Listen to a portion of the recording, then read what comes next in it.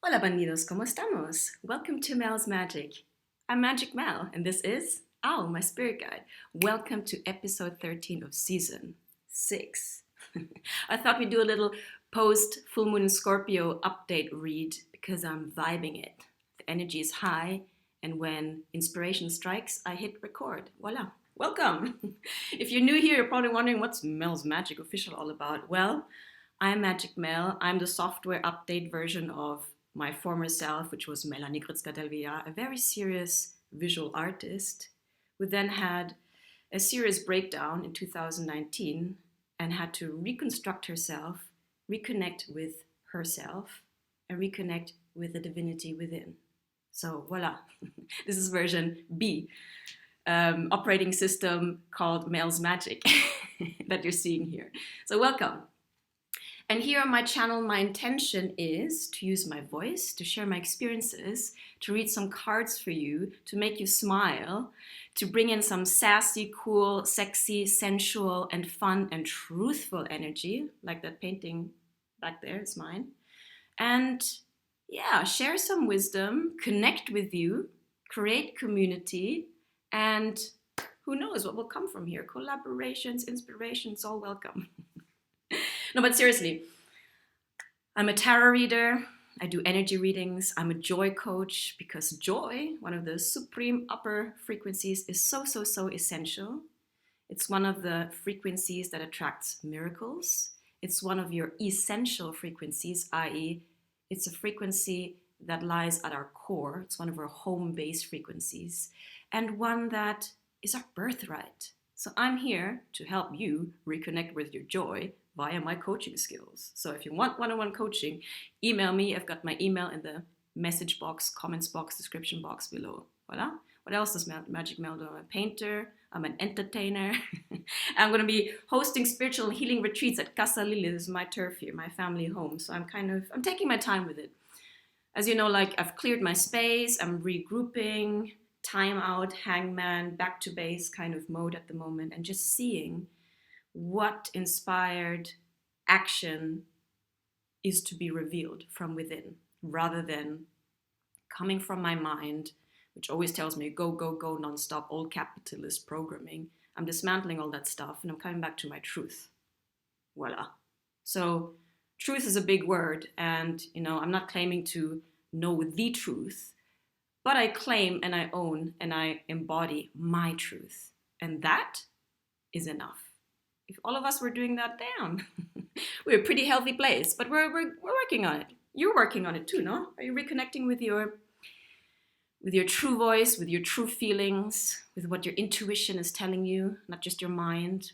We're all kind of used to listening to our mind because it screams at us, doesn't it? That's one thing to disidentify with. That narration that goes on and on and on like a VHS tape that's like stuck in the 80s. Actually went through some of my old VHS tapes, CDs, and the normal cassette tapes, and I kept some of them just as memorabilia, but also like looking at them thinking, damn, I had one of these constantly playing in my brain. I didn't like the narrative. It was telling me toxic shit, like I'm not good enough, I'll never be good enough, I'm not looking this enough, there's always something missing. And that tape is the de facto modus operandi voice of the 3D old matrix paradigm, whatever you want to call it. Basically, scarcity paradigm. That keeps us in our very self-conscious bubble where outside the meta-narrative, what you watch on TV keeps on telling us, yeah, you need something else to be well. We need to fix you because you're essentially broken at the core. Damn, no wonder we were self-conscious, no? So we're stepping from self-consciousness, paranoid neuroticism into self-awareness, which means creating some distance to actually observe those voices in us, because we all carry different voices from our culture, from our upbringing, from the past, from family, from our lineage.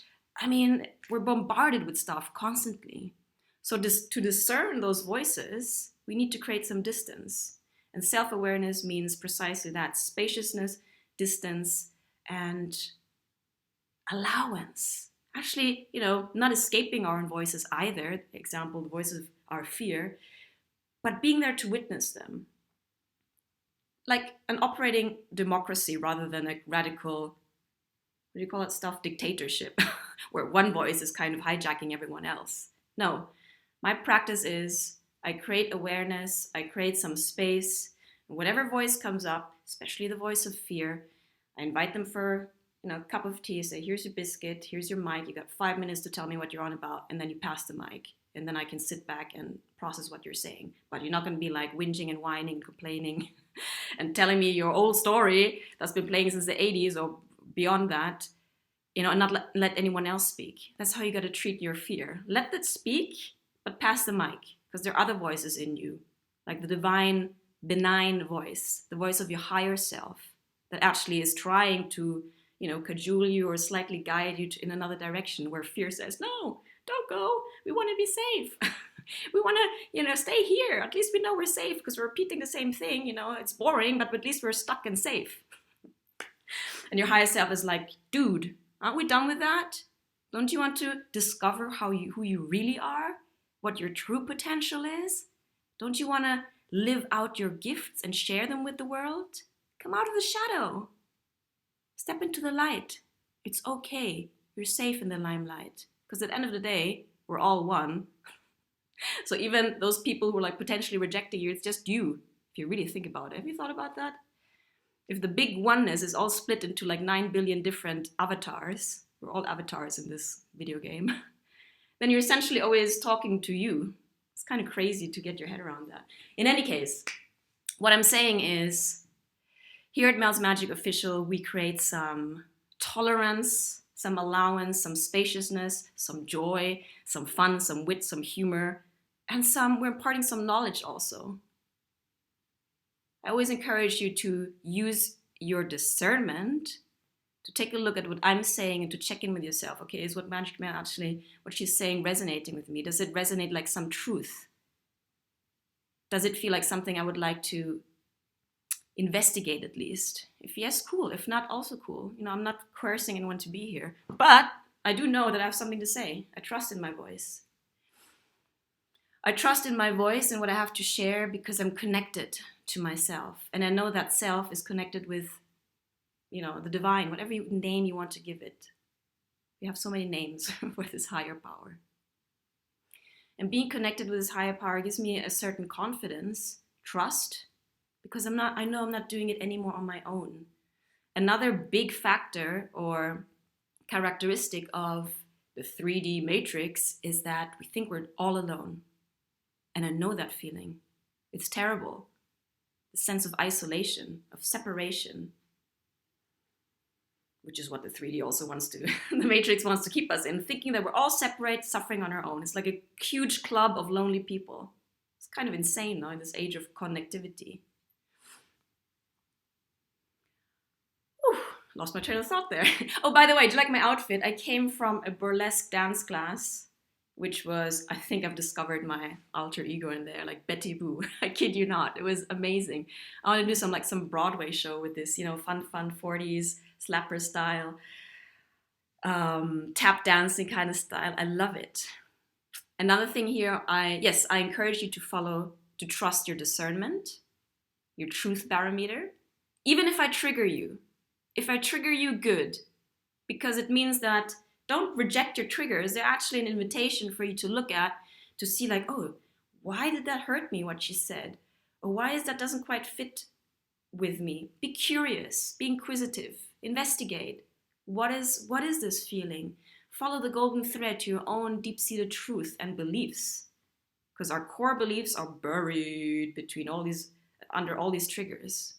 So instead of rejecting and dismissing our reactions, let's be, again, compassionate and then investigate. Why am I feeling triggered here? And talking about truth, I don't claim to use the right words either. Always, neither. I'm not a freaking saint here.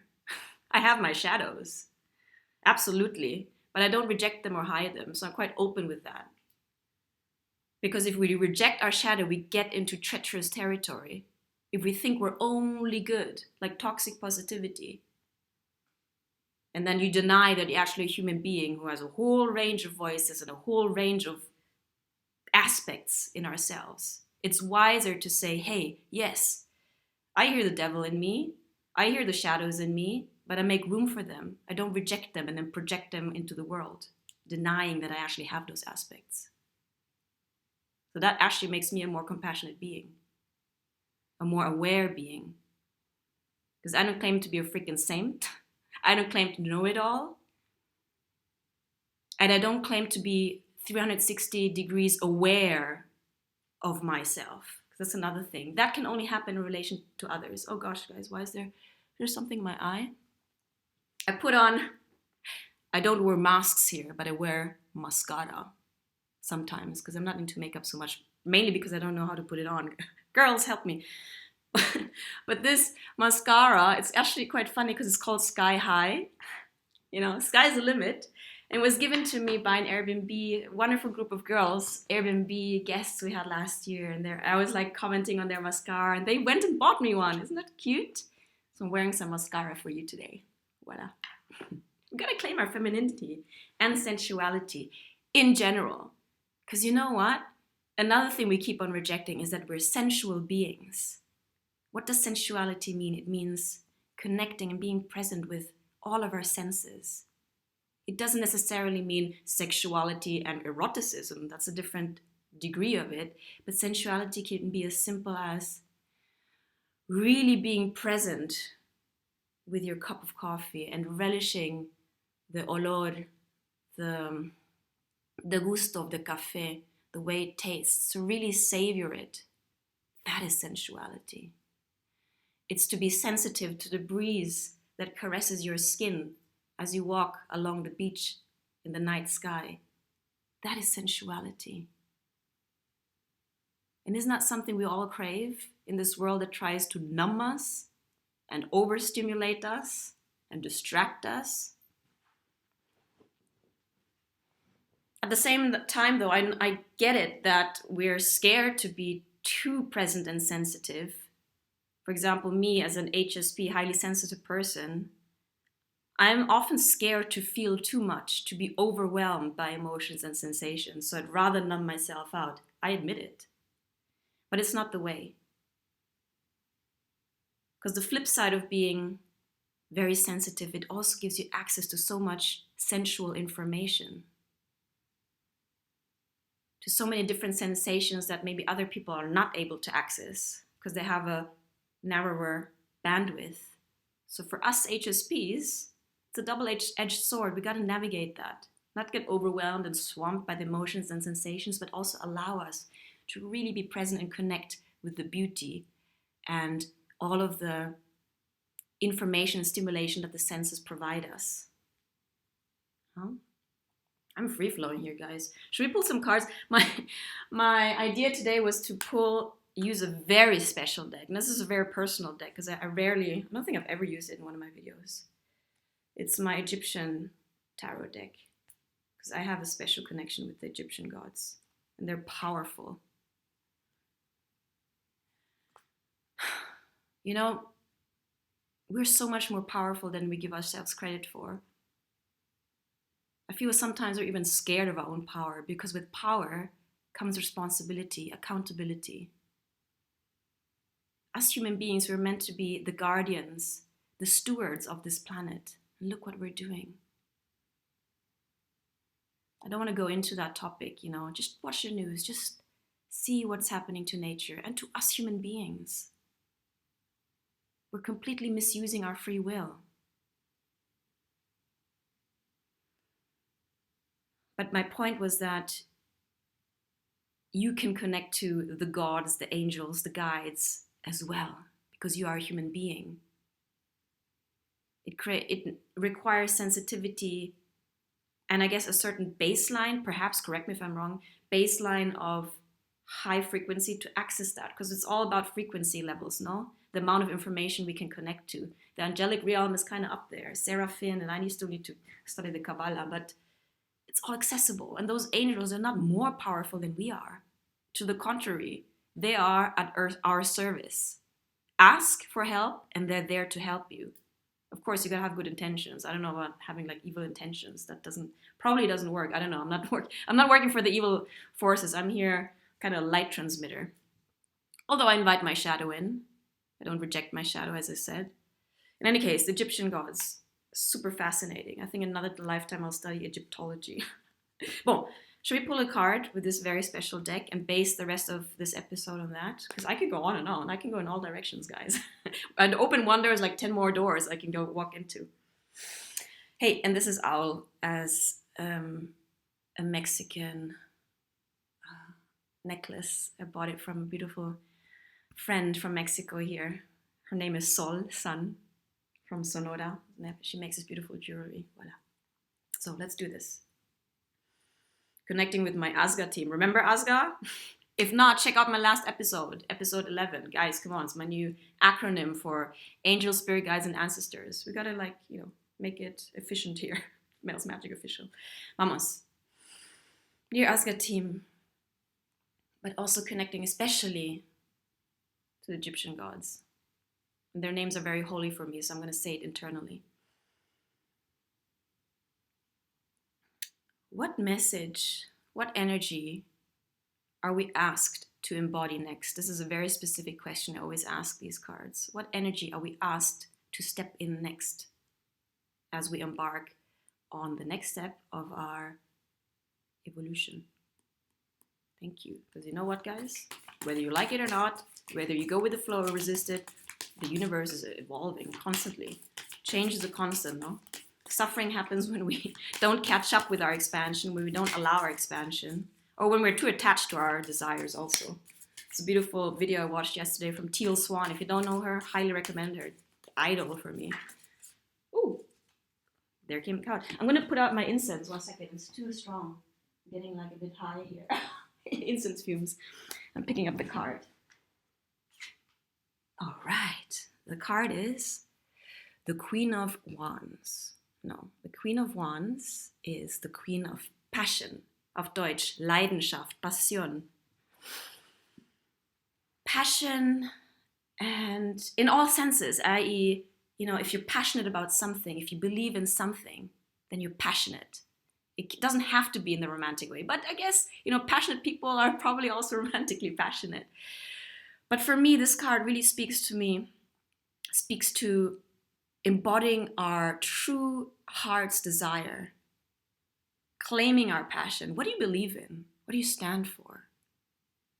Can you feel that burning fire inside of you?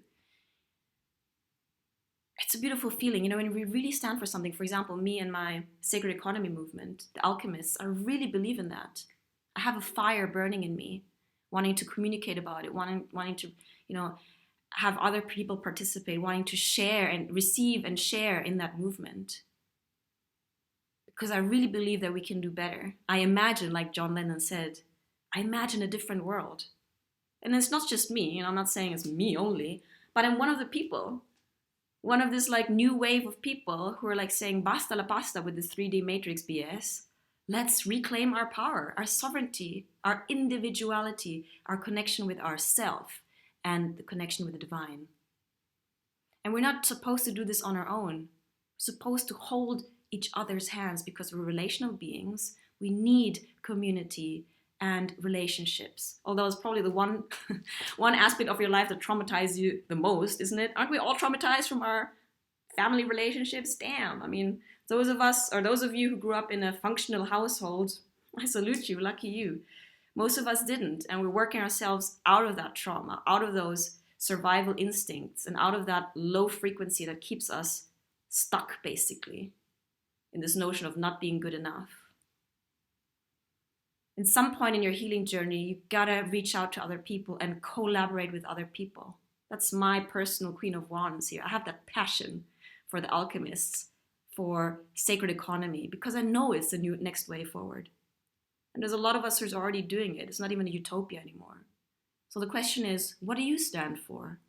What is your passion? What makes you light up?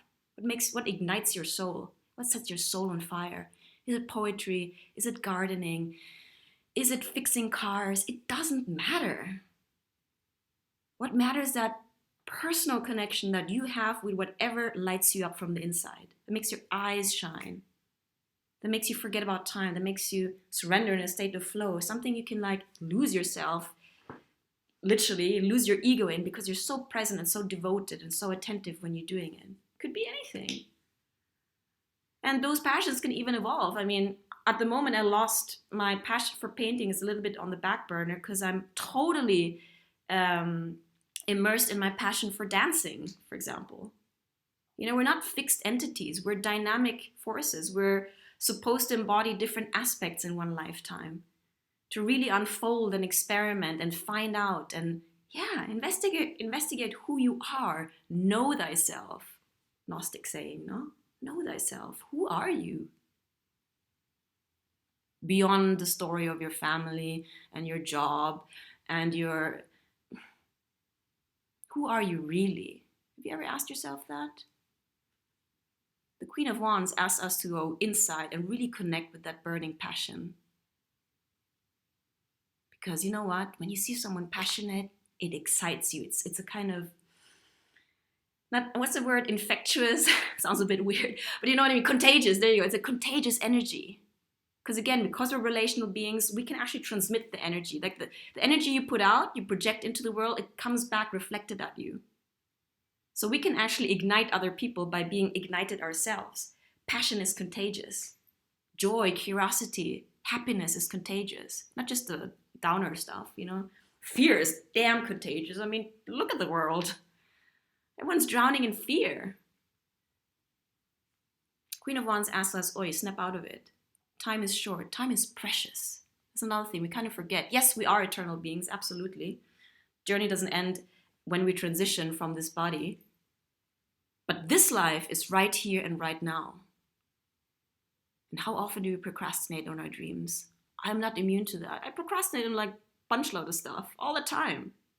But I also remind myself, like with these videos, Melanie, sit your ass down, press record, and put that message out. Because I don't know who will be ignited through my words.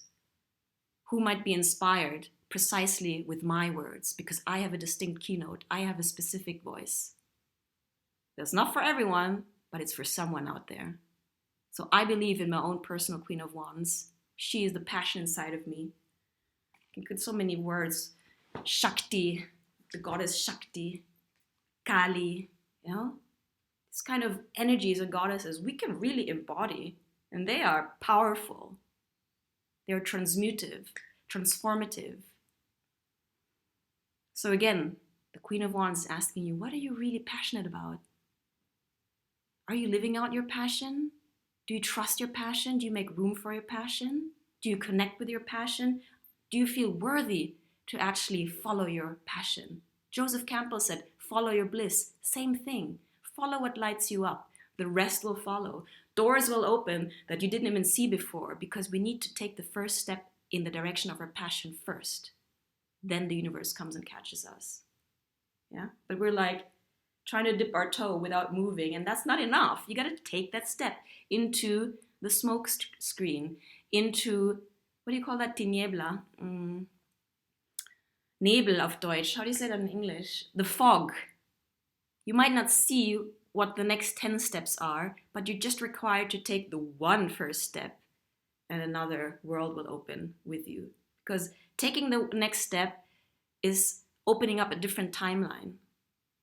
Yeah? If you don't take that step, you're probably looping in the past and recreating. Watch Joe Dispenza, projecting your past into the future, i.e. recreating your past. Not being truly free, because you're not operating from a free and clear present moment that everyone talks about, where everything is happening, past, future, present, everything is happening in the now.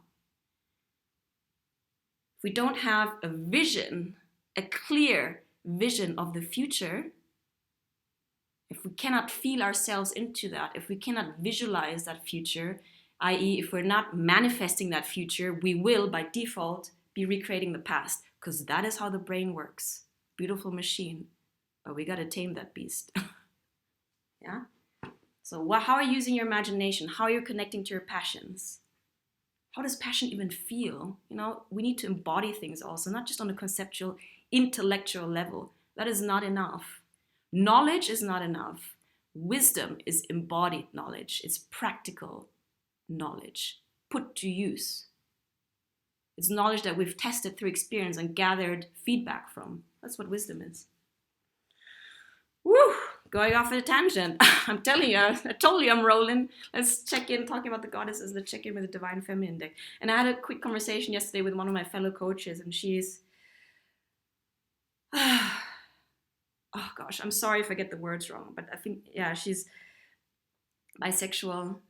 And she was talking about this binary vocabulary of, okay, divine feminine, divine masculine, that kind of segregates the masculine and the feminine. And we were having a debate on it and how words can be, yes, they can be separatist, but words by essence are separatist because they put something into a concrete thing. And life and us human beings, we're so much more than these concrete boxes, obviously. But somehow we got to use words, no? So when I say divine masculine, divine feminine, I'm not just talking about the masculine gender and the feminine gender. I'm talking about human beings in whatever combination and sexual expression and gender expression you want to put it. Everyone's welcome here. And I'm also saying that you, whether you're male, female, binary, whatever, you carry those both energies in you, just like I do. I have masculine energy in me and I have feminine energy in me. And actually, it's interesting enough that I usually embody either let's put it that way. I used to embody my distorted feminine energy, which was kind of manipulative energy, or I was too much in my masculine energy, i.e., very young, very in the head. I'm not judging masculine. I'm just saying I was imbalanced. I was not allowing myself to truly release and embody the feminine energy, which is, it's a more yin spaciousness, creative, sensual. It's a different type of energy, period. They're just different types of energies. In any case, let's go back to the deck. This is called Divine Feminine Goddess deck. So let's see who wants to connect here with us. Reaching out to my Asgard team, especially the goddesses. Who of you would like to connect with us here? Mel's Magic Official, especially you watching. Yes, I'm talking to you. So who would like to connect with us? I don't know where I put that description booklet thingy. Because the beautiful thing about these cards, every figure, every goddess, in the booklet, there's a whole history description of this figure in there. And I find it highly fascinating because it's based on true historical facts. It's very informative and educational. And I love learning. Never stop learning. How about that? Don't say, I'm done. No, you're not. You have so much potential, more than you probably give yourself credit for. Because our mind, again, tells us, ooh, we can't do this, we can't do that, we can't be this, it's too late, blah, blah, blah. Like a huge drama queen, our mind is. And you know what? Nothing is too late. I'm telling you, the best is yet to come. I kid you not. You know who came out? She's actually one of my favoritos. Freya, the goddess of discernment. Are we talking about discernment here all the time, guys? What the hell? The goddess of discernment. I spend my time wisely. I only say yes when it's a holy hell yes. And damn, I had to learn that. Because as a recovering people pleaser, I would say yes to shit that I didn't even want to do, that I only did because I felt obliged and guilty to, Are you with me on that? Comment in the comments box. And I'm done with that. Because you know what? When we people please, we're hurting ourselves and we're hurting other people. Because we're basically betraying ourselves. And we're being deceitful to other people. We're not really standing in our truth. And then even in the karmic sense, that doesn't create good karma, guys. Truth creates good karma. And Freya, I think she's from the Nordics, no? She's like, oi, check in with yourself. If you're a generator human design, it does help knowing how a yes and a no actually feels in your body. In my case, I'm a sacral generator, meaning I usually feel it directly in my gut. Is it a yes? It's an immediate yes. It's kind of like this. Or a no is a contraction. And it's only a split second before my mind comes in and rationalizes everything away and says, yes, but shouldn't you, blah, blah, blah. Here comes the drama queen, So how are you spending your time? This goes very well with our Queen of Wands. How are you spending your time? Are you protecting your passion? I'm putting this light a bit up. Are you creating space for your passions, your art, your craft? Are you using your time wisely? Are you being selfish in the sense that knowing that your time is worth something and worthy of protecting? That's the divine masculine. It's protecting the creative energy within you. You got to put out embody your divine masculine also, who protects the divine feminine. Yeah, and make sure she's safe to express herself in terms of time, in terms of 3D linear time, where we work with time here, time, space, reality. So, and I'm guilty of that, guys. As I said, I could be much more productive. I'm gonna get coaching on it. Because remember, I'm a joy coach, and I did the best fucking coaching course, literally, by Simone Sol and Melissa Tiers, where the beautiful thing is, there's all these different coaches, and we coach each other, we support each other, we are a network, we're a community. So I want to be coached on my procrastination because I probably spend too much time on social media and faffing around. I admit it. But in general, I'm much more discerning, i.e. I'm much better in saying no to stuff and not feel guilty about it, because that was another thing. I would say no to things and feel so damn guilty inside, like, oh, I disappointed them, or, oh, And luckily, is that a word? Yes, luckily I'm releasing that. I'm no longer drowning in these kind of guilt trips I put on myself, mainly. I just say, no, I am sorry. No, not even sorry. That's another thing I'm better at. I say no, period. Because also, why do we keep on apologizing for ourselves where there's nothing to apologize for? Yeah. So ask yourself, are you saying yes to things that you actually don't really want to do? Are you saying yes to things out of obligation or out of true voluntad, like true free will, out of generosity? Also nowadays, my tendencies, I say immediately yes because I don't think and actually check in with myself if I actually have the energy and the time to do that thing. I'm a kind of person that's super excited. I'm curious. I want to discover. I want to experiment. So my fallacy, sometimes I say yes, and then afterwards I'm like, damn, I shouldn't have said yes. I don't really have time for that. And then I have to retract, and the person's like, didn't you say yes? I'm like, yeah, sorry, but. So we got to check in with ourselves. Give ourselves some space also. If you don't know what you actually want, it's okay. Wait until you know. Tell people to oi, don't be so impulsive and expect an immediate reaction all the time. I'll give me a few days or give me some time to think about it. It's fair enough, And hey, even if you did say yes, you're always allowed to change your mind. We are allowed to change our minds. It's okay, ¿vale? And as adults, people should be able to put up with disappointment and changing of plans, okay? You're not responsible for how other people feel. I had to learn that. Damn, I felt always so responsible. Woo, okay. Be discerning, connect with your passion. Connect with yourself. Connect with yourself. At the basis, if you watch I can't remember which video it was definitely in this season where I shared a little bit about my story, about my depression and the breakdown I had. And at the essence of it was my complete disconnection from myself. I had such a fragile sense of self that I was easily invaded by my critic, by other people's expectations. The only thing left was a little flame inside of me battling to survive. And actually I thanked my breakdown because I finally took the time to really look at what was not working in my life. And I slowly stoked that little flame inside of me and it ignited into this, what you see now. A fiery flame of passion, steadily there, So it's important to stay connected with yourself, because otherwise, if you're not there in your life, if your sense of self is missing, I'm quoting Carrie Kay here, then no wonder you always feel a void inside of you. No wonder that you always feel empty inside of you. No wonder that you always try to fill yourself with food, with consumption, with alcohol, with pornography.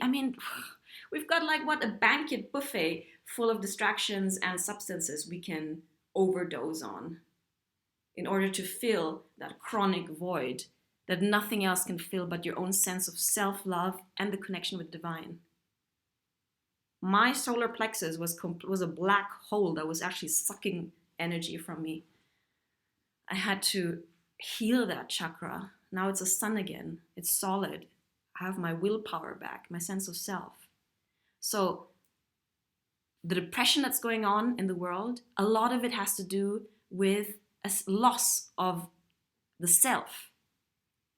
It's a soul sickness that's happening nowadays. The depression itself is a symptom of what's underneath. And yes, we can take pills, we can do this and that, but we gotta look at the core root issue.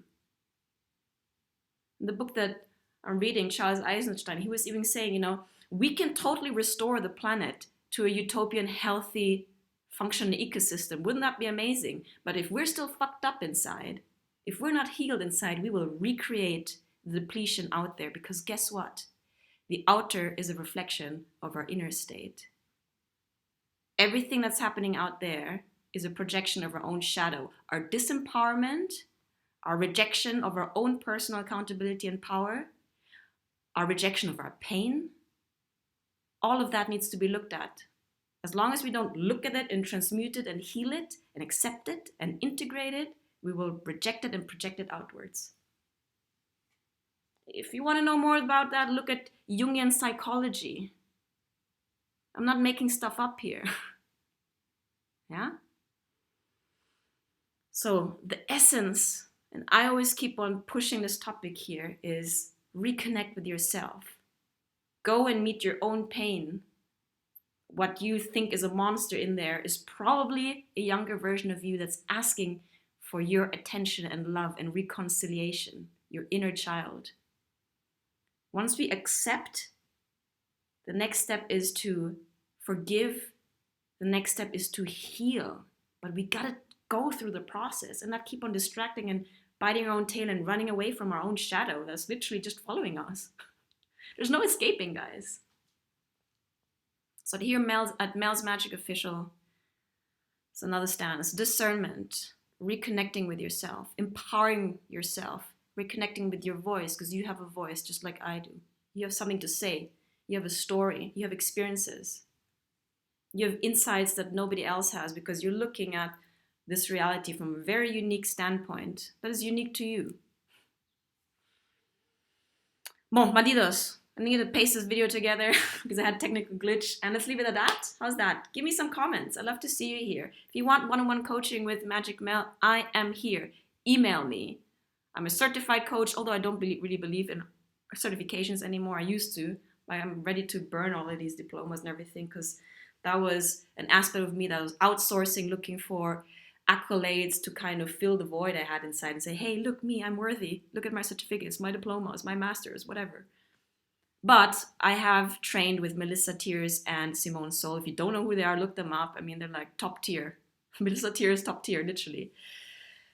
And I have a lot of tools to work with the parasympathetic nervous system, to get you out of your mind loops, to literally install a new software. I'm also very compassionate. I don't know, you judge me. Don't judge me, I mean, see for yourself. I have the bandwidth also, because I've been down my own hell of depression and suicidal ideation. I've worked myself back up again. This is what you see now, software update. So there is a history here. I have the bandwidth. I'm compassionate. And yeah, I'm cool too. I mean, what am I saying? So coaching, email me. And for one-on-one energy readings, email me, comment, subscribe, like, share. The likes help my channel to kind of, spread into the ether of this YouTube metaverse. And yeah, see you around. I like having you here. Thanks for watching. Check in with the next episode coming up super soon, because I'm on a roll. Ciao.